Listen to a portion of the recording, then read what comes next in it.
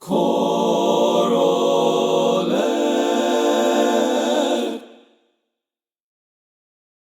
Welcome to another episode of ChoralEd. I'm your host, Micah Bland. Thanks so much for watching. For today's episode, it is my great pleasure to welcome to the show Angelica Brooks, who is currently completing her doctorate in music teaching and learning at the University of Southern California. Prior to beginning her doctorate, Mrs. Brooks was a highly successful choir director in Maryland for over 20 years. Angelica, thanks so much for joining us today. It's my pleasure to be here. Thank you for having me. So to begin, can you share with us some of your general thoughts about how you implement choral vocal warm-ups in your rehearsal? Well, I always start with warm-ups because it gives my students an opportunity to switch from using their voice for speaking to now utilizing the voice for singing, which means they're going to be using more breath energy, more mental intention, and longer phrases for the voice. And to do this, we use, of course, breathing exercises, oral mimicking to awaken the mind to think about melodies and harmonies. And I would also incorporate sight reading as part of our warm-ups as well. And many times the sight reading would be, of course, related to our repertoire or at least be on the same level as our repertoire, and sometimes harder in order to challenge my singers. That's great. So today our focus is on vocal exercises for promoting relaxation. And so are there any relaxation exercises that you use specifically for the body and relaxing the body in preparation for singing? Oh, absolutely. So one of the things I'm known for using with my singers is yoga for singers. And I started using this with my high school students when I taught high school. And at first they were not into it. They were like, why are we doing this? This is boring. But eventually, they really got into it and started to look forward to it. In fact, if they came in the room and the lights weren't off, they would be like, oh, are we going to do yoga today? You know, they started to ask for it.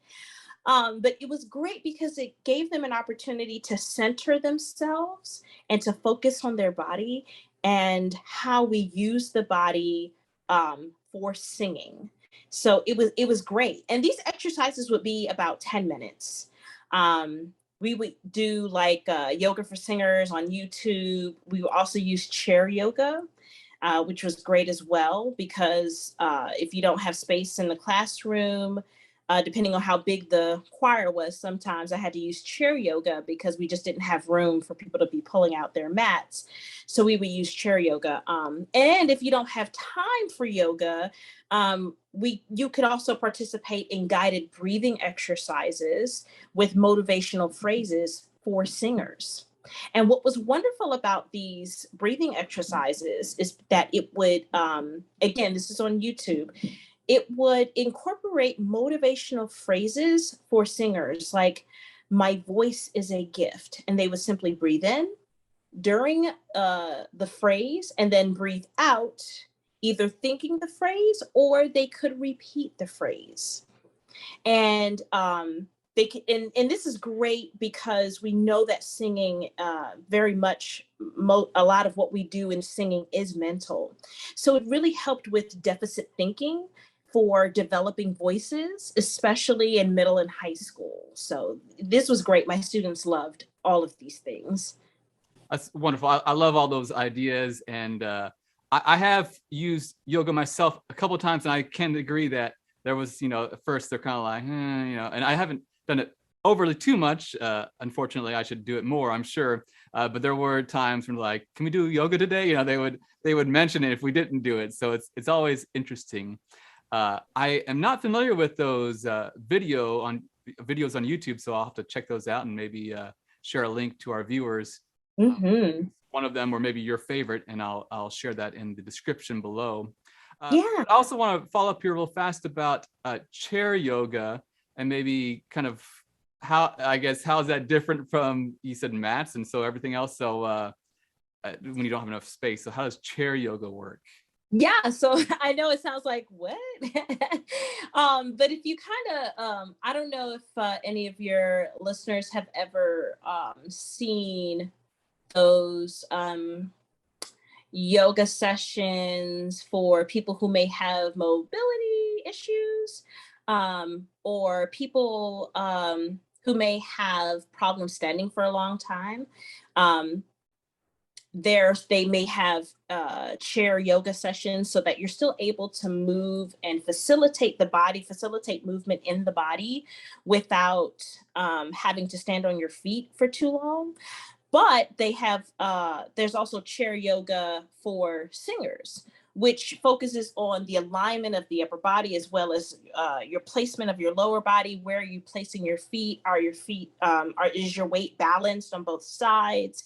It incorporates deep breathing. You also use twisting movements on each side to open up the back.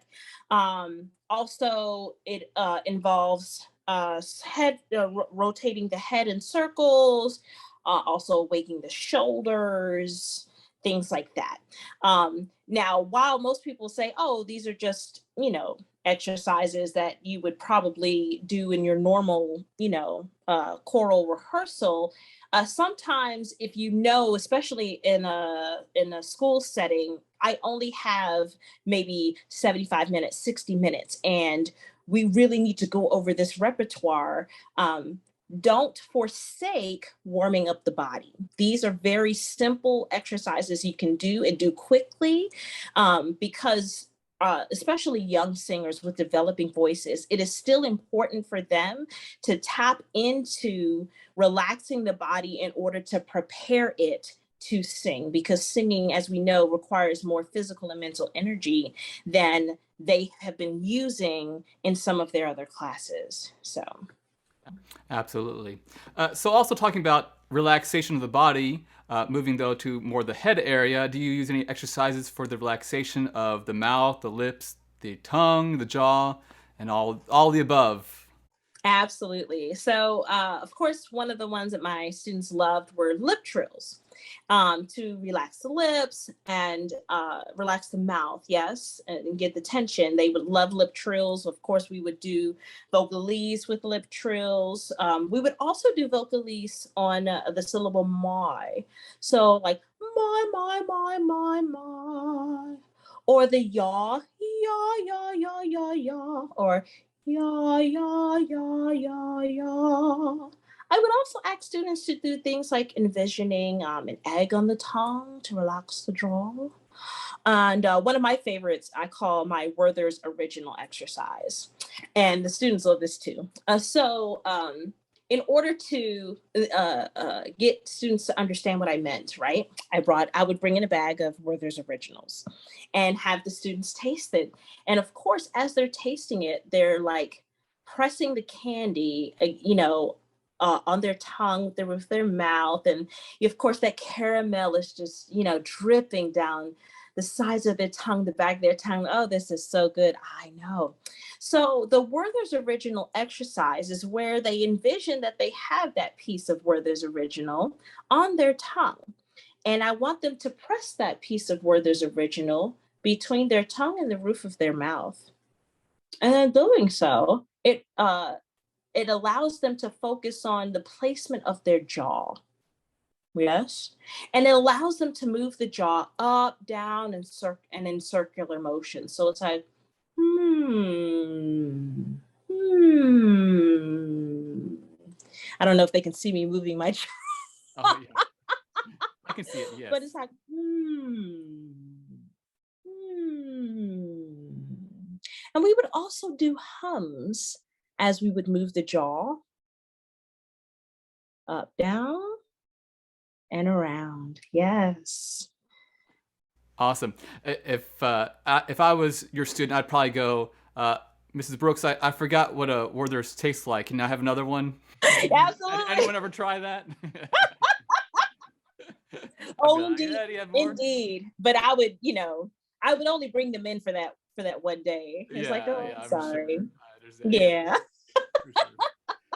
So, are there any other relaxation exercises that you use for the relaxation of the voice? Yes, right, believe it or not, many times when developing voices need help with relaxation, it's because they have tension. Maybe it could be here in the neck. It could be mental. Perhaps they think I need to manipulate my body in some way in order to like create the sound I think I should be making. When we all know the first rule is to do no harm, yes, and this needs to be free of tension. So, one of the things that I've found that helps is to get the mind to refocus on something else or on another part of the body so that we release that tension. And one of the things that has helped me as I was coming up was the kitty pet. Yes. So sometimes directors will use the imaginary kitty pet, like, pet the tail of your kitty, because we want our singers to perhaps sing a long phrase or hold that note out.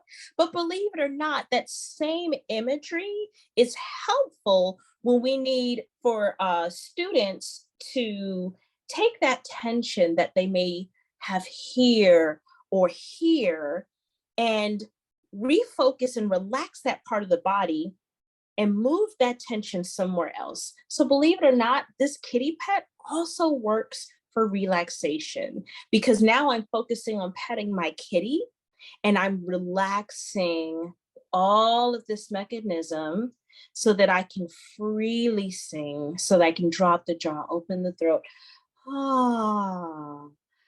Ah, freely because I'm no longer putting my mental focus on tensing up any of this. Wonderful. And thank you for all these insights today. And thank you for sharing your expertise with us. To our viewers, I hope you would take a moment to hit that like and subscribe button. And I also would want to encourage you to think back on your favorite ChoralEd videos so far and share that either with a colleague or on your favorite social media site. And thanks for watching, and as always, I hope you continue to inspire the future leaders of our world through this wonderful gift we call music. Thanks.